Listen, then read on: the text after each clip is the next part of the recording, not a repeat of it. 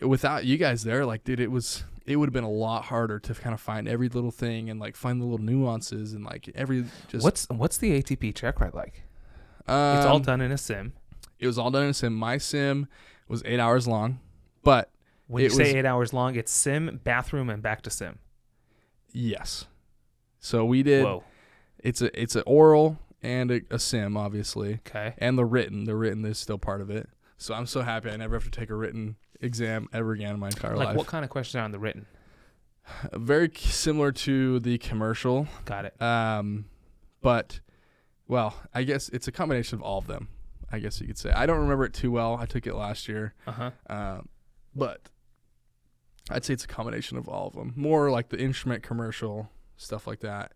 But so the ATP is 8 hours and it's in a sim. It's not. That was mine. That was my Checkride. Why did it take so long? It was so long because there was two of us in there.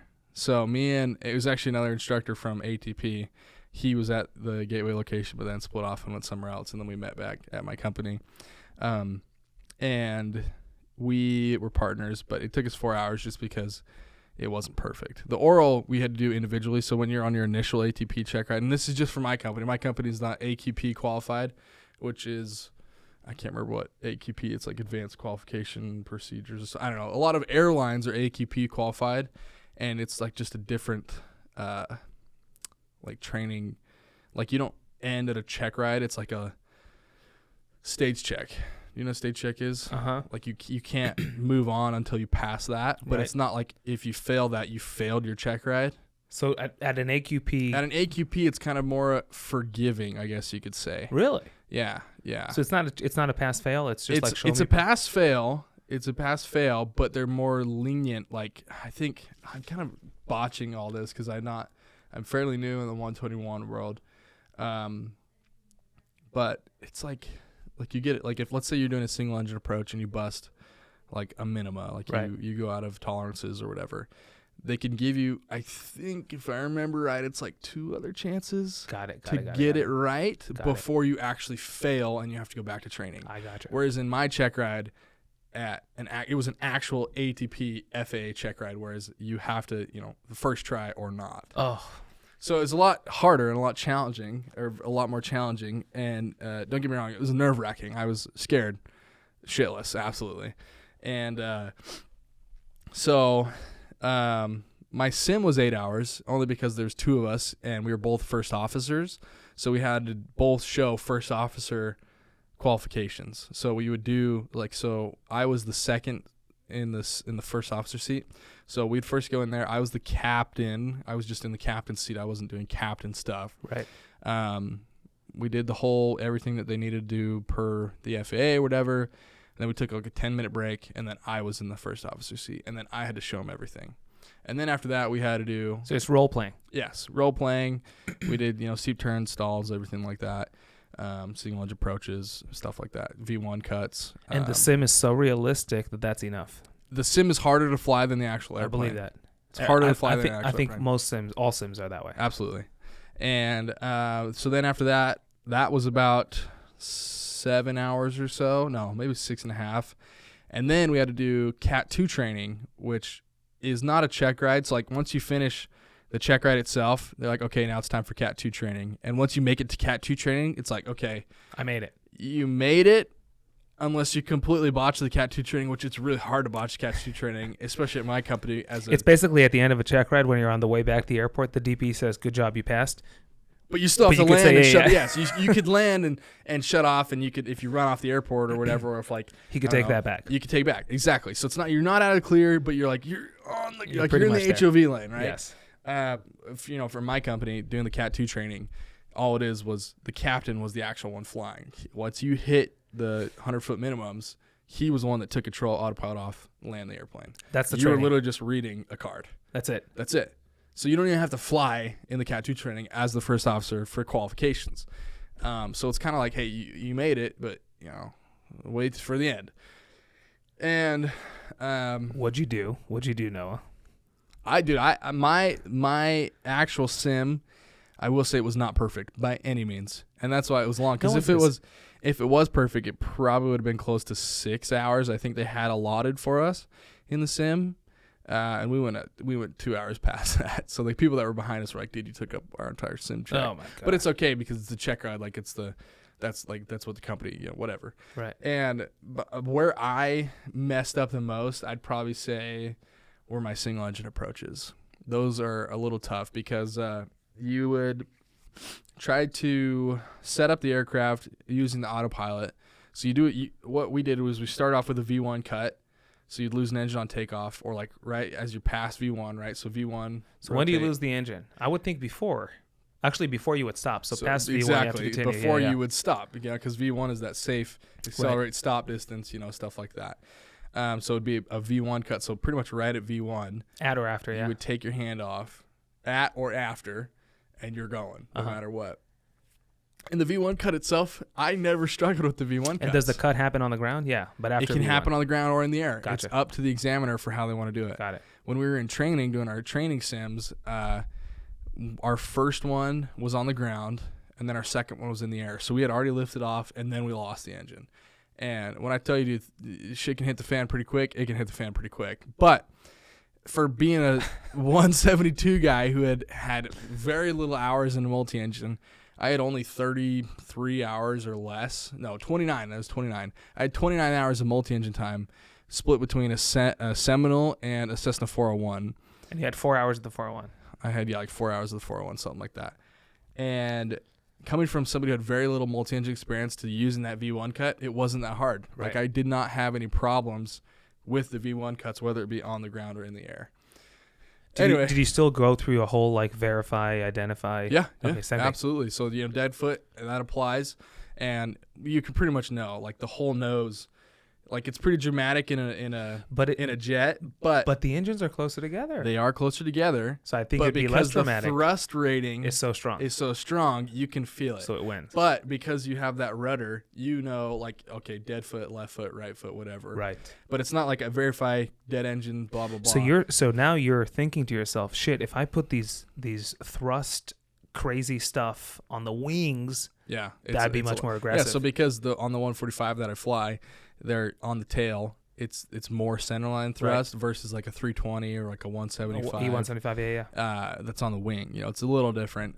It's not that big of a difference, but it does make a difference.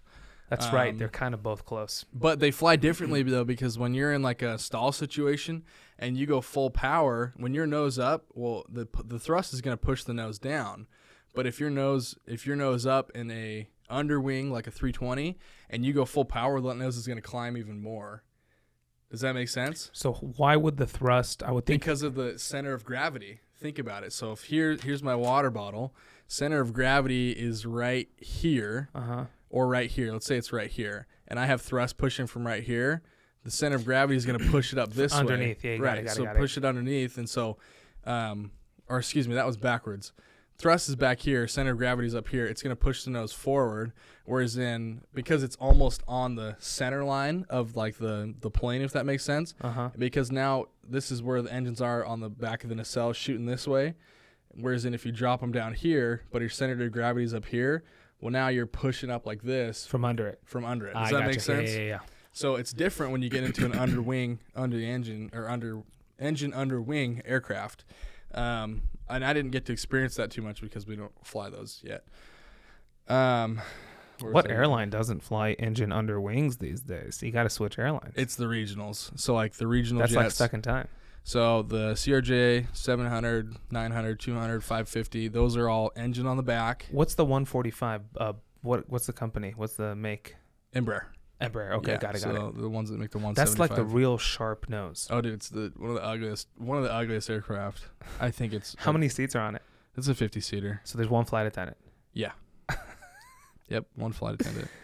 It's not a glamorous airplane to fly. Right there, here it is. Yeah, I've seen it. It's not. It's really. Dude, you can't do LPV approaches in it. Yeah, dude, that is beyond.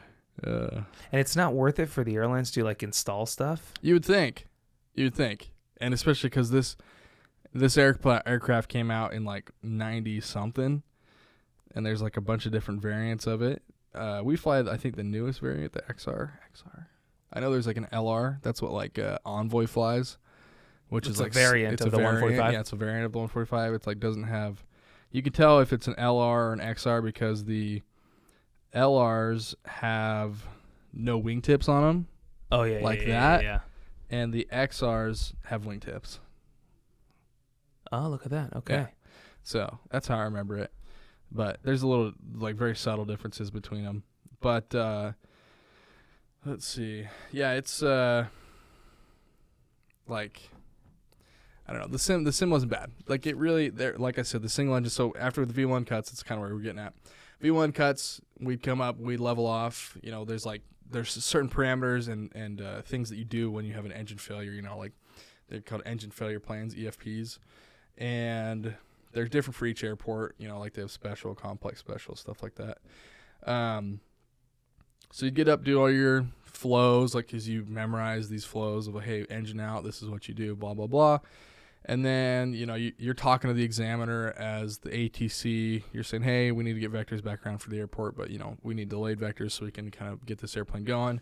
You get back, you read the QRC, QRH, get everything ready, and then you prepare for the approach. And obviously, because you lost an engine, you're going to be doing a single engine approach. You do all that, but the autopilot, you know, the way that the examiner told me, like, if you get into an actual engine out situation, he said, you know, get the aircraft in a situation where you can, you know, think about aviate, navigate, communicate, make it easiest on you to get back on the ground safely. Right. Well, you want to work as a team, you know, in the cockpit, obviously CRM, to get that aircraft back on the ground as safe as possible. And one of the ways to do that, you know, is to involve the autopilot. And you may think, oh, why would you want to, you know, like the plane has a fault, lost an engine, why would you want to bring in another variable that you're not controlling? Well, autopilots on most advanced, well, I wouldn't say advanced because it's the 145, but autopilots on most 121 airliners are pretty good autopilots.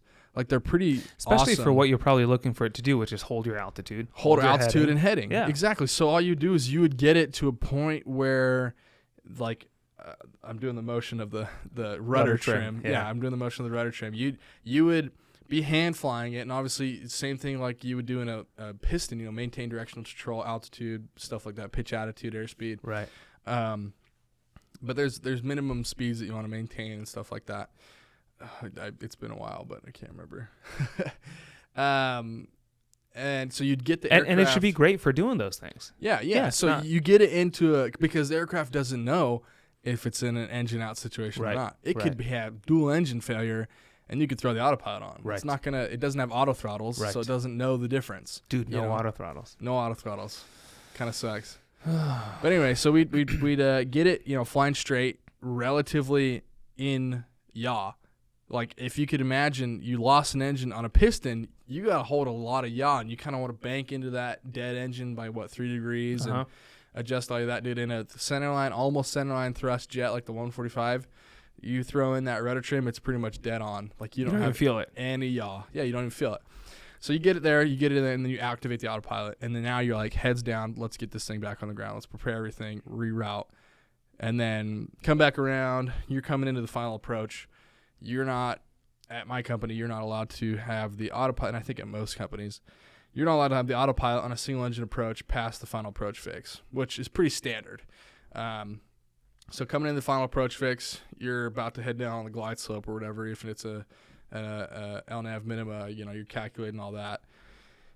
You take the autopilot off, and if you didn't set up the autopilot originally correctly, you're going to get a bull when you unselect the autopilot, because the autopilot will get into if you don't have the yaw perfect, it'll get into a bank to kind of calculate, okay, we need to stay straight and level. This is straight and level right here. This is the attitude that we have to be in. Interesting. So the autopilot will do whatever it needs to do to follow the magenta line. Exactly. Yeah. And so if you disconnect that, it just says, here's the controls. It's all yours. The way it figured out the magenta line would be maintained. But it'll go back because it's just holding it.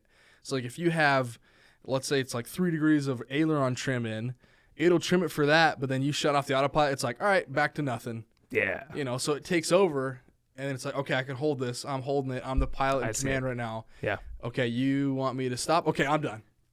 And then it just throws it all on your plate. Throws it all on your lap, and you're like, holy crap, you know, you're going left and right. You start getting Dutch roll, and you're like, this is getting way out of hand. And if you're right there at the final approach fix, no way you're going to be executing an approach. Like, you're immediately going missed. Right. And you're pretty close to the ground. Yeah, exactly. That's why it's like you don't want to be messing with an aircraft, especially a transport category aircraft, that low and in a single engine operation. Right. So that's that was fun. After I messed up twice on my Checkride, and I was sweating bullets. So you're saying the area you messed up in was the autopilot throwing it all on your lap? So I thought I had the autopilot set correctly. Got it. And was relatively, once I deactivate the autopilot, it just stays straight. Like, there's no change, right? That's what you thought. That's what I thought.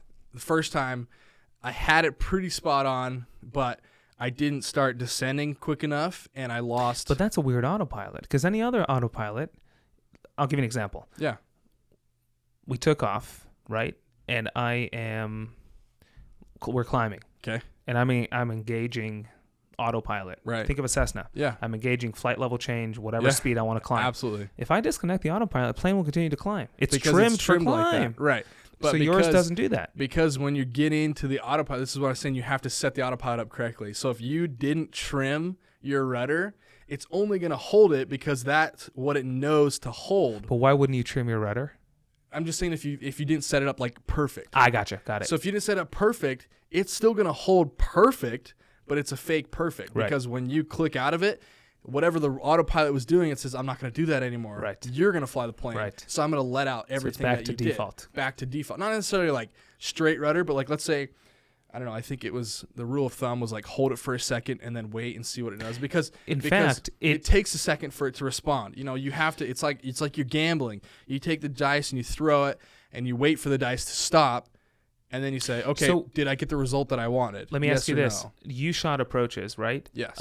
With both engines operating. Yes. When you disconnect the autopilot, nothing happens. Not really. So here's the thing. It's not that the autopilot throws it back to default. It's that the autopilot no longer corrects for the engine out while you have an engine out, and now it's on you to do that. So going from it doing it to you needing to do it. Let me see if this helps explain it a little better. You have to correct the engine out for the autopilot before you activate the autopilot, because once you activate the autopilot, you can't correct it, else it'll just throw it back at you. Gotcha. So the autopilot is not an autopilot. It's basically a condition locker. Pretty much. It locks in what you had in. Yeah, like it can change the aileron. Like on ours, it didn't have a rudder. Dude, these planes are back hold a rudder. Old school. Yeah, it's from the 90s, dude. What do you expect? That's shocking. Yeah, so you would have to manually put in and get it flying straight and level, because it could fly straight and level with the one engine out, right? With the other engine full thrust, and you would adjust the throttle or the rudder, get the rudder trim in there that you needed, and then you'd let it, you'd like hands off, see what you got, let it settle, because in the airliner world, it's not immediate. With the Cessna, sometimes it's a little more immediate. These big jets take time. There's lag. Time. Yeah. There's lag. And so you would let it, you have to anticipate. Hold it for a second, whichever, into the dead engine. Even with power on landings. Yes. You keep power in. If you go full idle and you try to come back up to full power, it's going to take you about fall behind, 6 seconds before the whole plane actually spools up. Dude. So it can go bad pretty fast. So like you hold power all the way till you land.